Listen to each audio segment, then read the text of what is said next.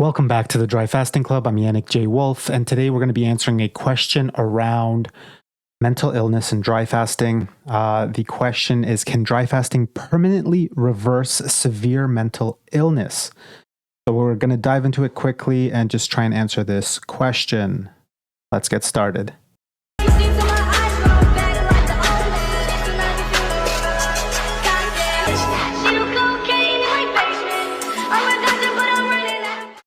Okay, so we're on the forums here, the forums.dryfastingclub.com. Yeah, it's kind of skeleton, bare bone stuff, but what do you want from me? I'm not a programmer, but I still put them up. So yeah, work in progress, kind of skeleton, bare bone things, but you can always come to these forums and leave a question. I'll take a look at it almost every day when I get a chance, when I have a little bit of time, and I try to answer them. I'll go in depth on some of them. Maybe I'll make a video on another. And for some of them, maybe I'll just answer in a sentence or two. But feel free to go here to leave the question. This one is a pretty good one. The question was, can dry fasting permanently reverse severe mental illness? I'm sure you know that the ketogenic diet is all the rage right now as a metabolic therapy for otherwise treatment-resistant mental illnesses like bipolar, schizophrenia, OCD, etc. We know, according to Ray Peat and the people who won back their health with his advice, that long-term low-carb can damage many people's metabolisms. So we got somebody here who understands the Ray Peat principles. The idea here is that when someone is in ketosis for way too long, they're going to start destroying, atrophying their glucose metabolism. So their cells are basically going to lose the ability to use sugar. And you can see that when the more hardcore someone goes into the keto diet and the longer they're on it, the more they call carbs the enemy. They say carbs are poison, they're bad for you, because the longer they're on it, the worse they feel when they cheat on the diet and when they have a donut or a piece of fruit, something. And they end up feeling horrible. So they start demonizing it. But that's just an indicator that you're losing that ability. And that ability comes with a T3 effect. So long-term ketosis lowers your T3 by something like 20 to 30%. That's a side effect of long-term ketosis. So in this sentence, when he says that long-term low carb can damage many people's metabolism, that's what he's talking about. Yeah, I know that when you go into ketosis, you basically bypass it and you now work on ketones. It's sort of like a back door into the energy system. But the problem is that the longer you're on it, the more you're going to mess up your glucose metabolism and potentially other systems in the brain. It's going to slow down your thinking a little bit. And then it can lead to mental problems. And I know it's a weird thing, because I know that deep ketosis makes you feel like you're actually more stable, like you're more fired up. But a lot of that rides on that cortisol system and the early ketone benefits. But you just have to trust me that that does pass, and there are side effects of a body having to lower their T3 level. And the worst part is that your TSH and thyroid blood tests are most likely going to come back normal. But it's well known that TSH gets suppressed on a body that's in ketosis, low carb, or fasting for way too long. It's an adaptation of the body. The body says, hey, I'm not going to get a lot of carbs. I think we're in some sort of starvation period. And then we're in it again. Oh, and then we're doing another fast in a month again. Oh, I haven't had carbs in 6 months. Let's dial back the energy system. Let's dial back our energy and prepare to survive, to withstand this potentially crazy starvation period. So it suppresses your TSH. Let's say that the TSH should have been at 5 for you, but now it's around 2 because it's being suppressed. And a lot of people that actually switch their diet and start rehabilitating their thyroid system, their TSH starts to creep up, even though it was normal completely. And then they say, hey, I thought this diet was supposed to fix my thyroid system, but my TSH numbers are getting worse. Yeah, it's because you're starting to fix it. It's finally giving you the correct levels and telling you that something was wrong. I hope that makes sense. Let's keep going here. But these poor souls, if they have even small amounts of carbohydrates and stop ketosis, their symptoms come right back. It's true.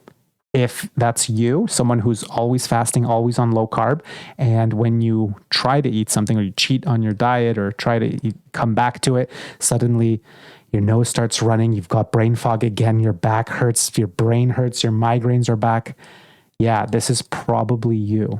I fear for them and what might happen 10 to 20 years from now if all of them only rely on ketones to stay sane. Okay, we're coming back to the mental illness.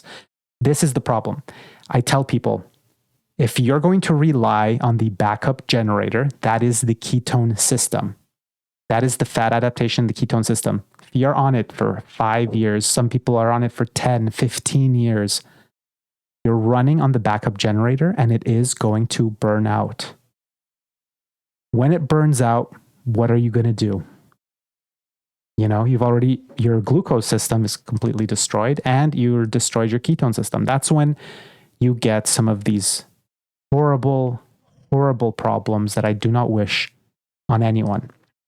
It's also one of the reasons why I deal with so many chronic illness people, and also one of the reasons why I was so sick. My whole life, easily 10 to 15 years, the life I lived was a keto type of life. What does that entail? Does this ring a bell with anybody? Black coffees in the morning? A black coffee? I'm so badass.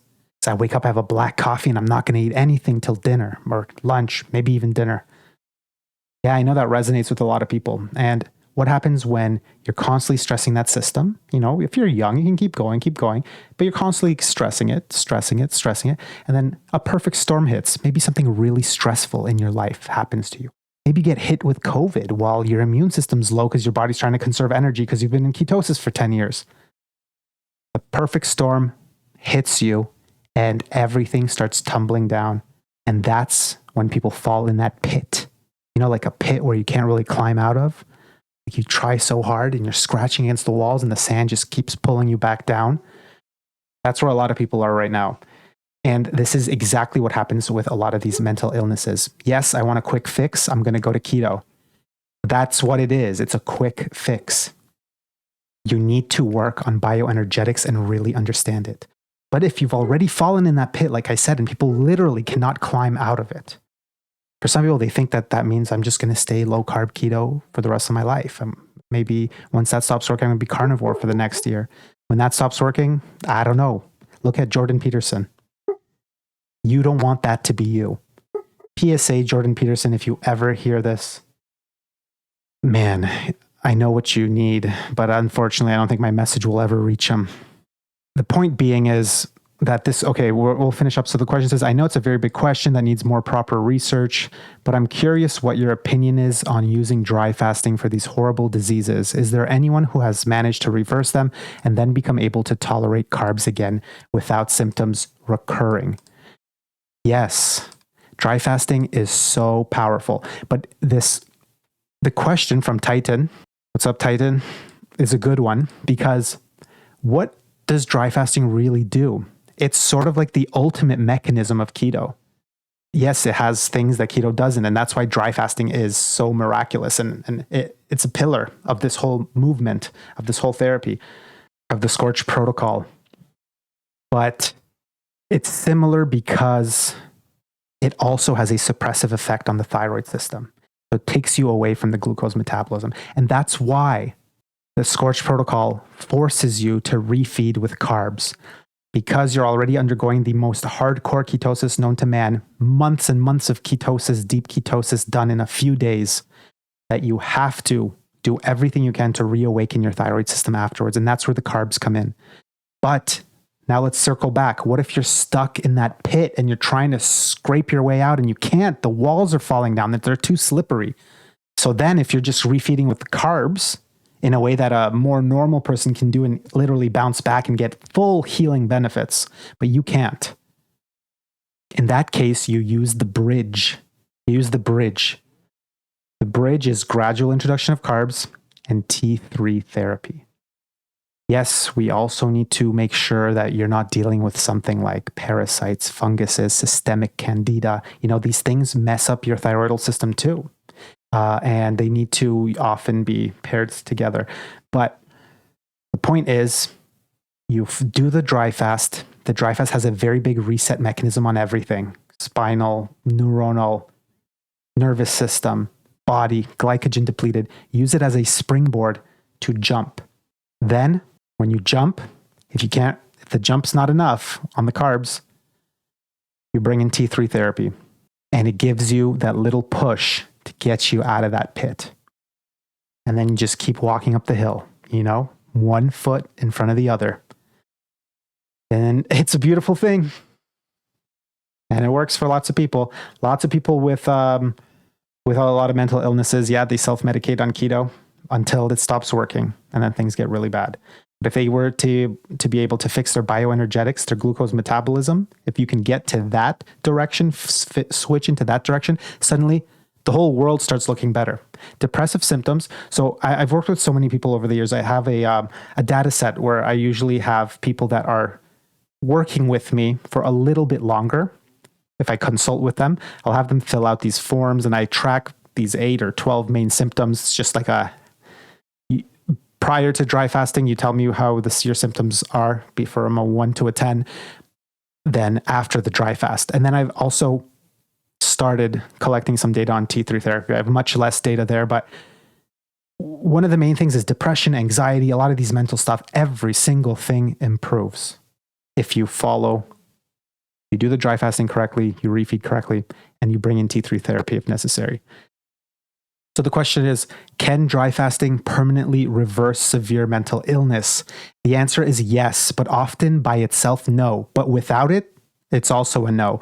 It takes dry fasting and it takes time, the right food, and T3 therapy, often together, to come together like the infinity rings or infinity stones to create the lasting change. That's my answer to this question. I hope it made sense. And I'll see you in the next one. See ya. The world is not what it seems. You can liberate yourself. The Scorch Protocol is built around dry fasting. Subscribe if you want access to a private Discord server, access to dry fasting plans and charts, codes for discounts, things like human growth hormone, ivermectin, slow release T3, and more, or just to support the site. Your health is just around the corner.